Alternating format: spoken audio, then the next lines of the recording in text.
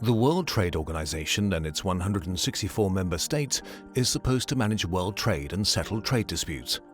According to WTO data, global exports have almost quadrupled in value, from $5 trillion since its foundation to almost $20 trillion. It has thus brought its members considerable prosperity gains.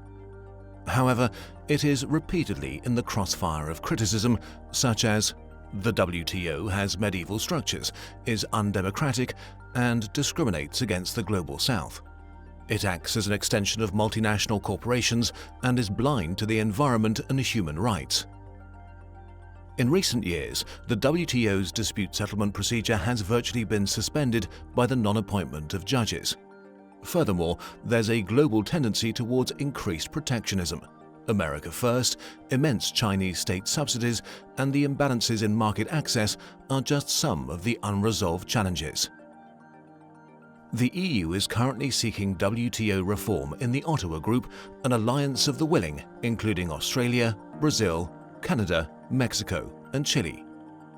There is now, after the change in the US administration, renewed hope for the WTO and multilateralism. And the WTO has a new leader. Ngozi Okonjo-Iweala is the first woman and African at the top of the organization. As a long-time economist at the World Bank, she knows the global interests well and brings a lot of experience as a Nigerian politician. What are the chances for a successful WTO-saving mission? What has to change under the new leadership, and what role does the EU play in this? We would like to discuss these questions today. Our guests are Ignacio Garcia Becerro, Director DG Trade, Multilateral Affairs and Strategy, European Commission. He is convinced a reformed WTO is needed to provide stability and fairness in support of sustainable development. Barry Andrews, Member of European Parliament, Renew Europe Group. He believes the EU must strike the right balance between openness and strategic autonomy.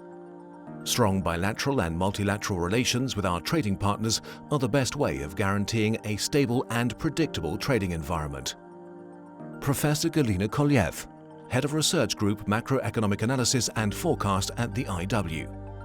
She thinks WTO reform success depends on plurilateral agreements of market economies sharing common values and a true willingness to liberalize trade while pursuing sustainable development. Cristina Falconi, Vice President of Public Affairs, UPS Europe and board member of American Chamber of Commerce to the EU. She believes the EU should advance multilateral cooperation to ensure stable and reliable supply chains. Maintaining an open approach with trusted trading partners will be critical to driving innovation, competitiveness, and successful green and digital transitions.